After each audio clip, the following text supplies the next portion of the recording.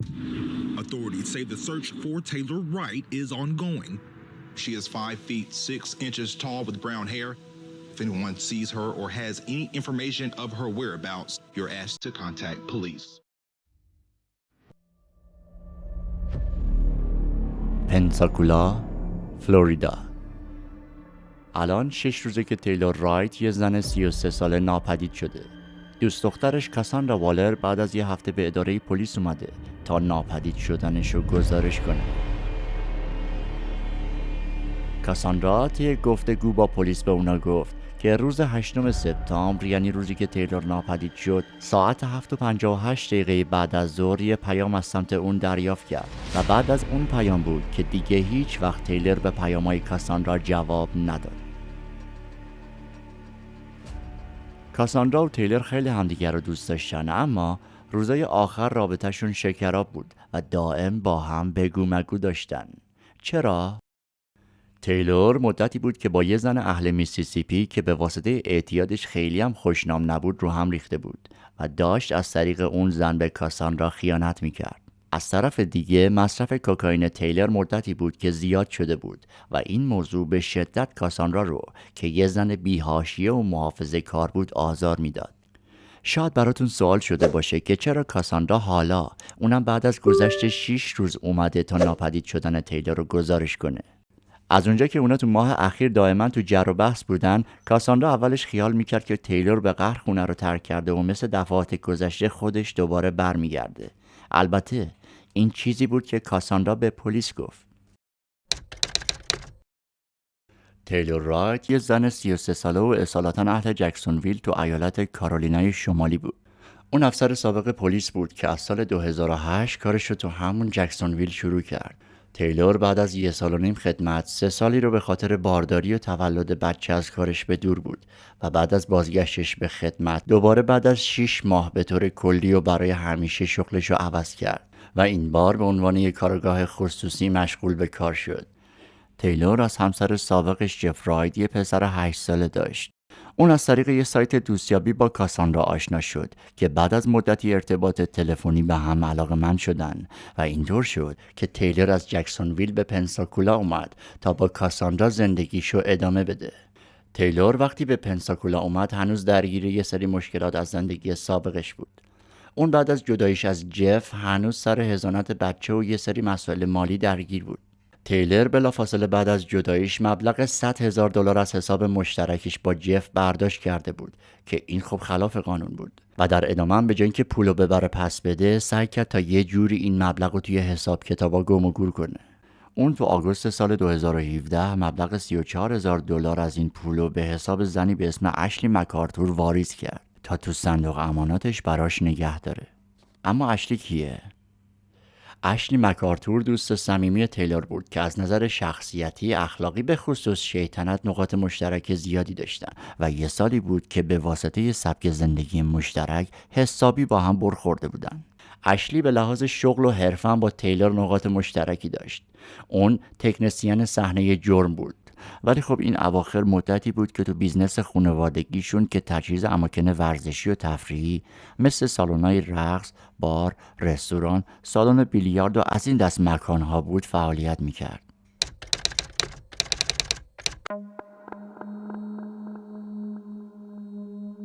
دوشنبه 18 سپتامبر 2017 ساعت 4:30. 10 روز بعد از ناپدید شدن تیلور و 4 روز بعد از اعلام مفقودی، 2 افسر مستقیم این پرونده سرزده به خونه کاساندرا رفتن و از اون خواهش کردن تا برای یک گپ دوستانه باهاشون به اداره پلیس بره.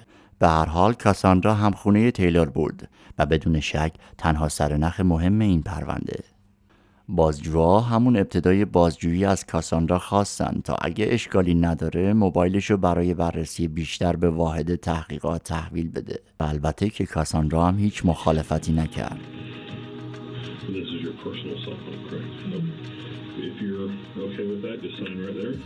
به دستبندی که روی میز دقت کنین.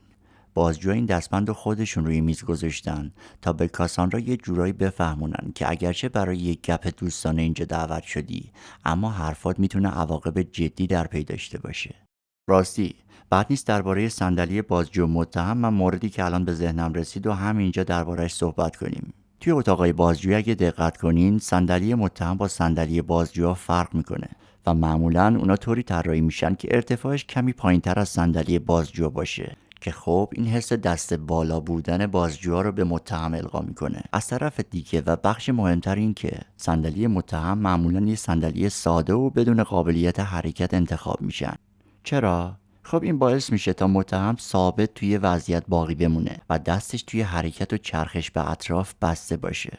این ثابت بودن یه جور حس ناراحتی رو به متهم القا میکنه و باعث میشه تا نتونه با حرکت و پوزیشن‌های مختلف یه جور حس کنترل و آرامش رو به خودش بده که یه نمونه کاربرد خیلی خوبش رو تو همین بازجویی خواهیم دید. The last day that y'all were together, can you kind of walk me through that day? Woke up, she made me breakfast. She made me like eggs and bacon and stuff, and she was in no hurry for anything. You know, just like a normal morning. I said, well, we'll go to the grocery store. I'll pick up some stuff. We'll have wings tonight. And that was that. She was like, okay, well, Ash is coming over. We're going to go to Ash's bank, and we're going to pick up my money and stuff out of the safety deposit box. So as I was getting in my car, Ash had pulled up, and I was like, all right, you know, we hugged, we kissed, said love you. I went my way.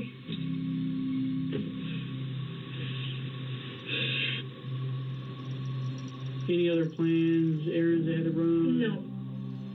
But when Taylor wouldn't text me back, I texted Ash, and I was like, Ash, like, where are you guys at? Because I thought that they were just going to run to the bank. That's the only thing I knew of that day. Finally, Ash called me, and Ash was like, hey, we're up at my mom's house, which is up in Milton. They own a farm. She was like, you know, Taylor's broke down and cried twice today. I'm like, what is going on? از اینجای بازجویی به بعد توجه بازجوها به سمت اشلی میره، کسی که طبق گفته های کاساندرا آخرین نفری بودی که با تیلور بوده. از طرفی لازمه که بدونین حدوداً 3-4 ساعت پیش از این اشلی تو همین اتاق در حال گفتگو با کاراگاه بود و توی اون بازجویی که حدوداً 1 ساعت و 40 دقیقه به طول کشید یه سری چیزا درست به نظر نمی رسید که شاید الان برای کاراگاه ها تک تک اون رفتارا داشت معنی واضح تری پیدا می کرد. مثلا توی اون بازجویی نه تنها اشلی به عنوان دوست صمیمی تیلور از ناپدید شدن اون نگران و ناراحت به نظر نمی اومد، بلکه خیلی هم خونسرد بود و زمانی که داشت در مورد اون حرف میزد دائما با بازجوها مشغول بگو بخند بود، تا جایی که بعضی صحنه‌ها این شوخی‌ها فرم زننده‌ای به خودش میگرفت. اون پشت سر تیلور میگفت که اون مواد مصرف میکنه و با آدمای خطرناکی نشست و برخاست داره و چنین آدمی هر لحظه امکان داره هر بلایی سرش بیاد. اون موقع صحبت کردن در مورد تیلور از افعال ماضی استفاده میکرد و در کل اصلا شبیه یه دوست صمیمی که نزدیکترین رفیقش 10 روز ناپدید شده نبود. Do you think Ashley would have the capability or the means to harm Taylor? I don't know that well. I can't answer that. I don't know.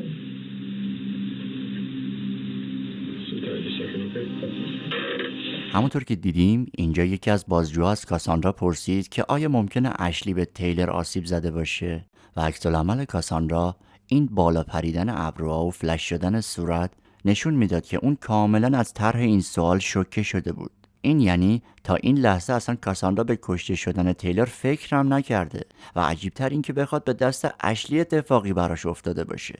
بعد از پرسیدن چند تا سوال دیگه بازجو از اتاق خارج میشن تا نتیجه بررسی اطلاعات گوشی کاساندرا رو از همکاراشون بگیرن. تو این فاصله زمانی، یعنی زمانی که کاساندرا تو اتاق بازجویی تنها شد، از چهرش مشخص بود که سوال بازجو به شدت ذهن اونو درگیر خودش کرده.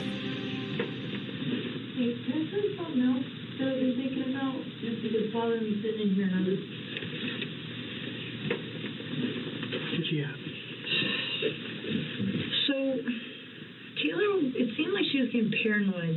She was talking about how she felt like something just wasn't right with Ashley. She wasn't sure if Ash had her money or not. Because Taylor had been trying to get the money out of Ash's safety deposit box, Taylor said, for like 4 or 5 days. And I was like, Taylor, you know, she's probably been really busy. And she goes, no, Cash. She goes, like, I'm telling you, something just doesn't feel right with me. I don't want to think this, but like I want to give you guys like whatever you guys need. I can be so wrong.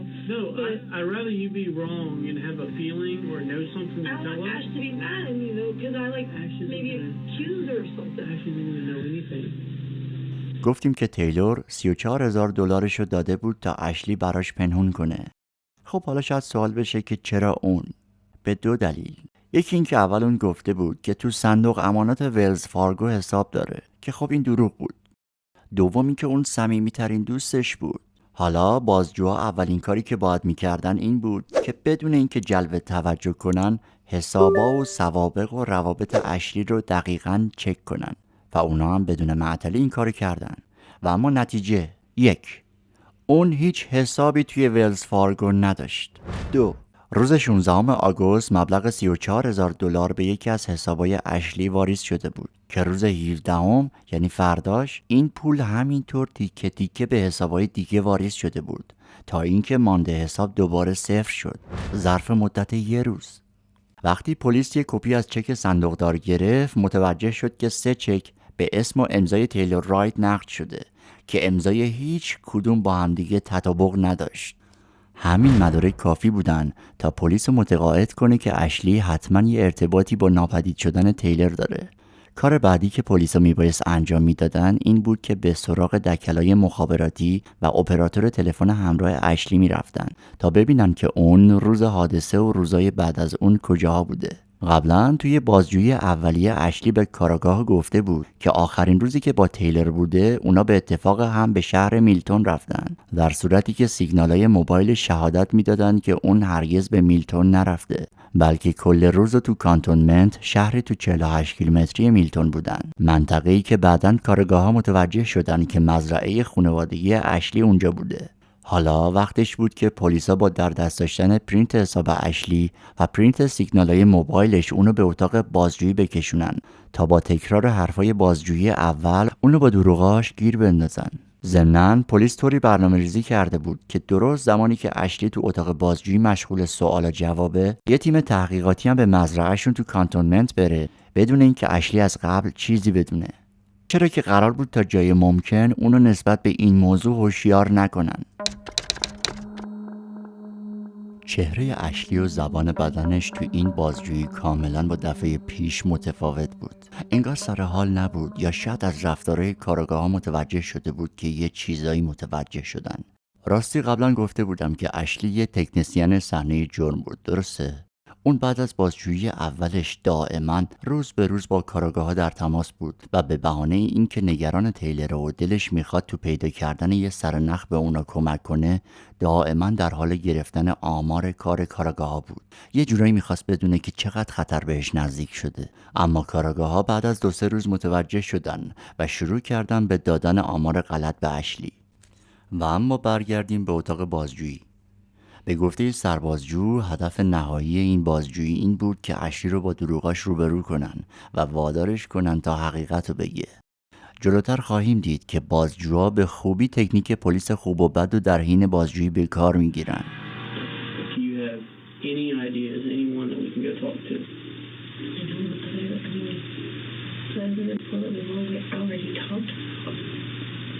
Has your mind changed at all? Do you feel any different? Have you thought about any other ways that this could have went down? Not really. Have you ever had to sign her name to a check? To deposit her? No. Do you recall how much the cashier's check was for? I think 30-something thousand, 33, 34. And she or you deposited that? I deposited that. I actually deposited all of the checks for her. در حین بازجویی زمانی که در مورد مبلغی که تیلور به حساب اشلی واریز کرده بود یعنی همون $34,000 صحبت میشه، اون حرکت میکنه و با یه تغییر پوز دستاشو بین پاهاش قرار میده و این یعنی پالس منفی. این همون جاییه که بازجوها میفهمن تا باید روش انگوش بذارن و میدونن با کمی سوال بیشتر حتما موقعیت اشلی شکننده ترم خواهد شد.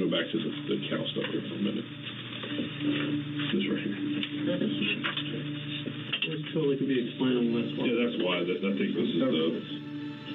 You know whose signature that is? It does Taylor's name, but it doesn't really look like her signature. Would you maybe wrote her name on there by chance? Well, I know it. Is that clearly Taylor's signature? I mean, it looks like it. Leave me for a second. Don't cross your legs and look at me for a second. Don't let us tell your story. Because this is gonna tell us what happened. 1 ساعت و 37 دقیقه از این بازجویی گذشته بود که بازجویی که نقش پلیس بدو داشت با یه حمله کاملا ساختار دفاعی اشلی رو به هم ریخت و با حرکت دادن صندلی اون به سمت خودش حالت امن و تحت کنترل اونو به هم ریخت و با نزدیک شدن به صورتش اشلی دیگه نتونست ادامه بده و تقاضای وکیل کرد. Don't let us tell something that may not be true. I think at this point I need an attorney because it seems to me that y'all think that I did something to her. Okay. I respect that. Sit tight and we'll go from there, okay?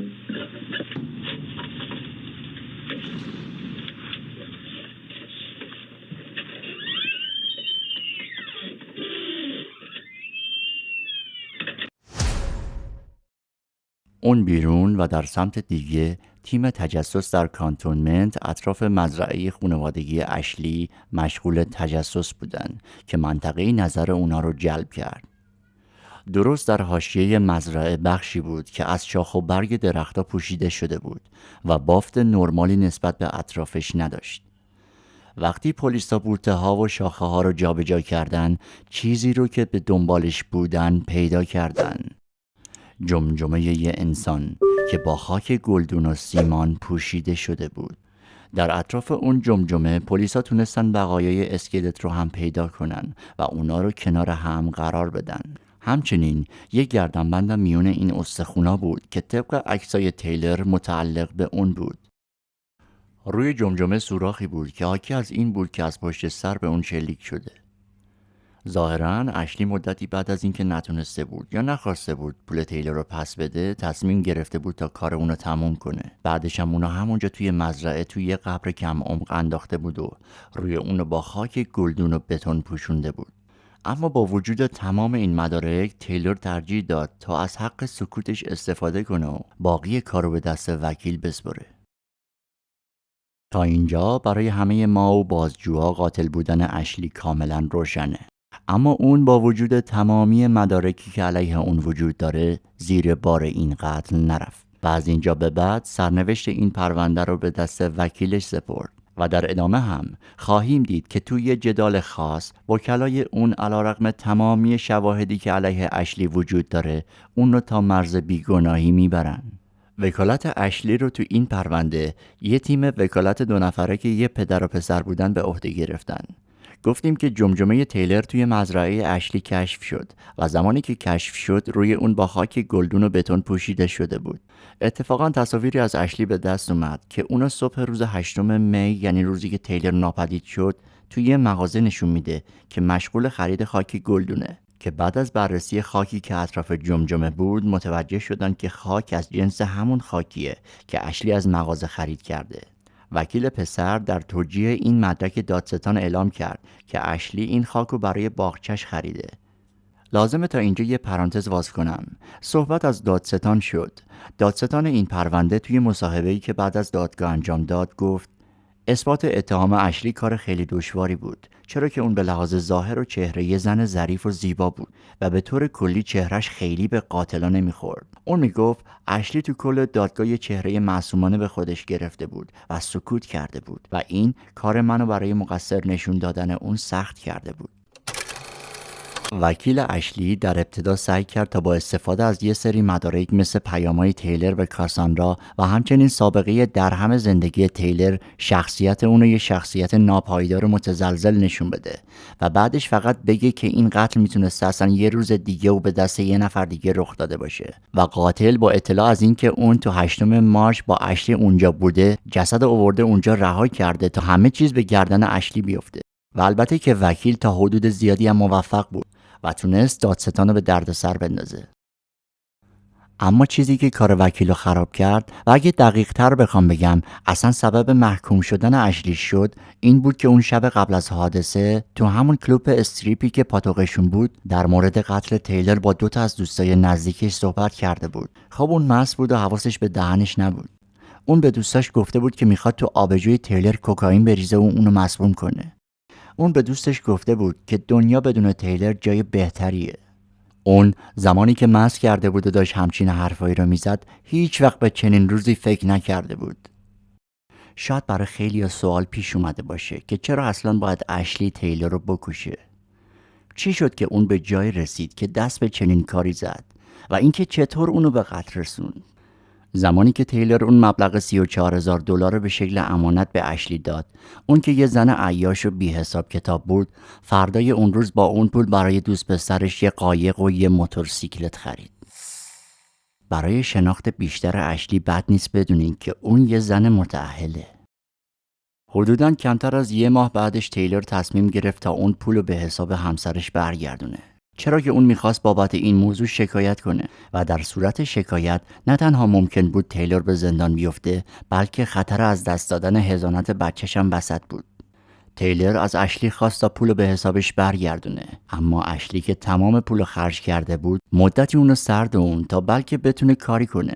اما وقتی دید که نمیتونه پولو جور کنه، از طرفی هم روز به روز تیلر فشار بیشتری رو اون می آورد، تصمیم گرفت تا از شر اون خلاص شه. برای خود من سوال بود که زنی که اساساً قاتل نیست و موقعیت خانوادگی نسبتاً موجهی داره، آیا $34,000 میتونه انگیزه کافی برای قتل رو در اون به وجود بیاره؟